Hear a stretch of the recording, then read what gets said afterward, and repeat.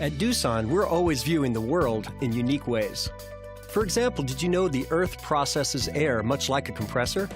The weight of our atmosphere actually compresses air, generating 14.7 pounds of pressure per square inch at sea level.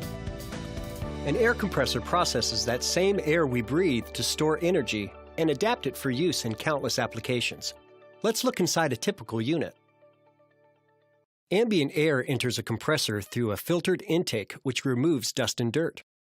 This filter should be replaced at timely intervals to ensure the compressor is protected from unwanted contaminants. Dirty or restricted filters cause pressure drops and reduced efficiency. Filtered air continues through sealed piping to an inlet valve that controls the volume of air reaching the air end and prevents oil from reversing towards filters after shutdown. Next, air enters the air end, which is a fixed displacement pump that uses two helical rotors to compress air.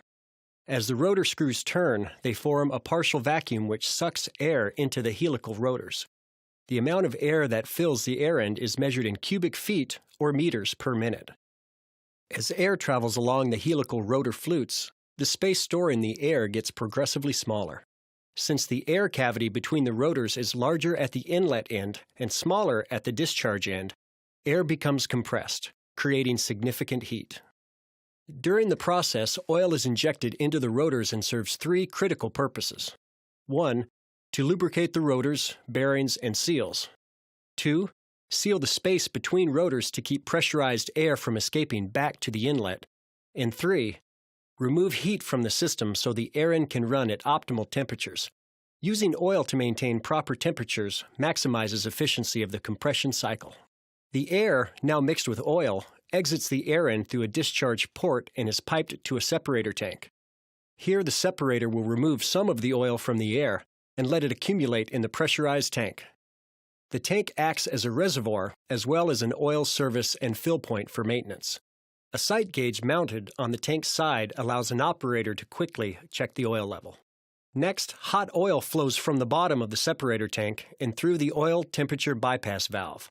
If the oil is too hot, it moves through a cooler to lower the temperature. The oil temperature bypass valve also acts as a mixing valve, taking hot oil from the separator tank and cooled oil from the cooler and mixing them into a perfect temperature for the air end. The oil is then filtered and returned to the air end, ready to do its job all over again. Back at the separator tank, the air is almost ready for use. Air exits the pressurized tank and passes through an element filter which reclaims most of the remaining oil from the airstream.